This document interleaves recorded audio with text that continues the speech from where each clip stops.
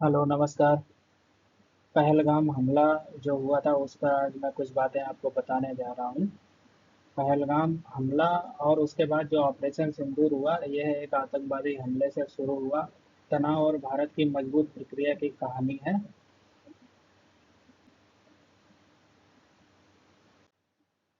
पहलगाम हमला 22 अप्रैल 2025 की दर्दनाक घटना है। हमले का विवरण इस प्रकार है। 26 निर्दोष नागरिकों की हत्या, ज्यादातर पर्यटक थे। आतंकियों ने धर्म पूछकर निर्दयता से हमला किया। बाईसरन घाटी में पर्यटकों को निशाना बनाया गया। ऑपरेशन सिंदूर भारत की सटीक प्रक्रिया और कड़ी प्रतिक्रिया। 7 मई 2025 भारत ने पाकिस्तान और पीओके में 9 आतंकवादी ठिकानों पर मिसाइल हमले किए। मुख्य लक्ष्य लश्कर ए तैयबा, जैश ए मोहम्मद कैंप और आतंकवादी आधार बने। सफल परिणाम रहे। इसके सटीक निशाना लगाकर आतंकवादी संरचना नष्ट कर दी। भारत ने नागरिकों को सुरक्षित रखा। ऑपरेशन सिंदूर के फायदे ये थे कि आतंकवादी नेटवर्क को भारी क्षति पहुंची। 100 से अधिक आतंकवादी मारे गए, उनके ठिकाने नष्ट हो गए। सैन्य ताकत का प्रदर्शन दिखाया। भारत की रणनीतिक क्षमता और तकनीकी की श्रेष्ठता भी दिखी। मजबूत संदेश गया। आतंकवाद के खिलाफ कड़ा रुख भारत ने अपनाया। राष्ट्रीय सुरक्षा को प्राथमिकता दी। अंतर्राष्ट्रीय समर्थन, भारत को इसमें अंतर्राष्ट्रीय समर्थन भी मिला। विश्व समुदाय से एकजुटता दिखी और समर्थन में भारी भरकम वृद्धि दिखी। ऑपरेशन सिंदूर के नुकसान भी थे। तनाव में वृद्धि हुई, सीमा पर संघर्ष बढ़ा, ड्रोन हमले तेज हुए, धार्मिक स्थलों पर हमला किया गया। पाकिस्तान ने प्रतिशोध में मंदिरों को निशाना बनाया।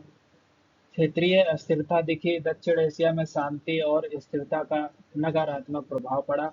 नागरिक चिंता बढ़ी। आम जनता में भय और असुरक्षा की भावना देखने को मिली।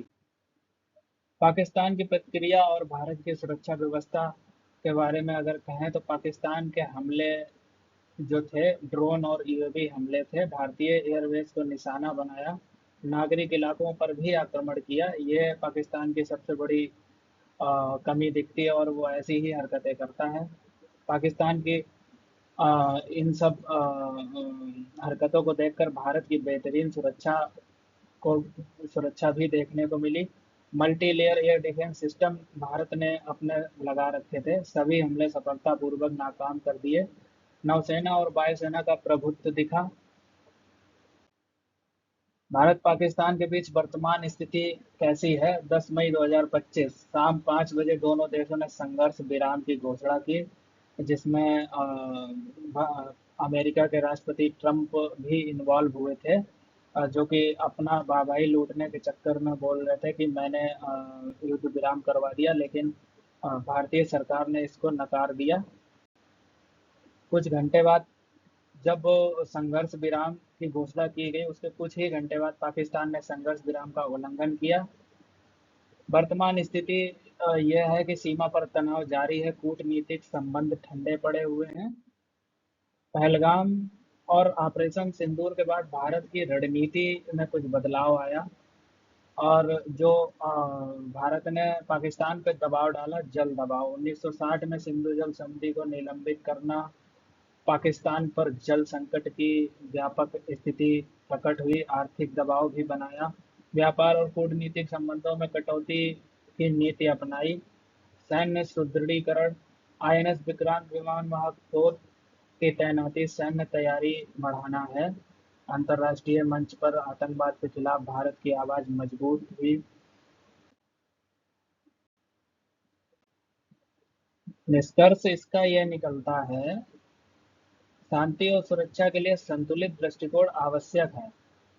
आतंकवाद के खिलाफ सख्ती जरूर अपनानी चाहिए, कड़ी कार्रवाई जरूरी, लेकिन संयम और कूटनीति भी आवश्यक है। क्षेत्रीय स्थिरता को भी बनाए रखना जरूरी है। विकास के लिए संवाद और विश्वास बहाली की आवश्यकता पड़ती है। राष्ट्रीय एकता के लिए, भारत की सुरक्षा के लिए जागरूकता और एकजुटता आवश्यक है।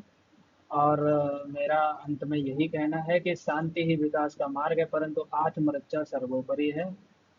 अगर आप सामने से करोगे तो हम भी आपको भुगतने के लिए तैयार कर देंगे। जय हिंद, जय भारत।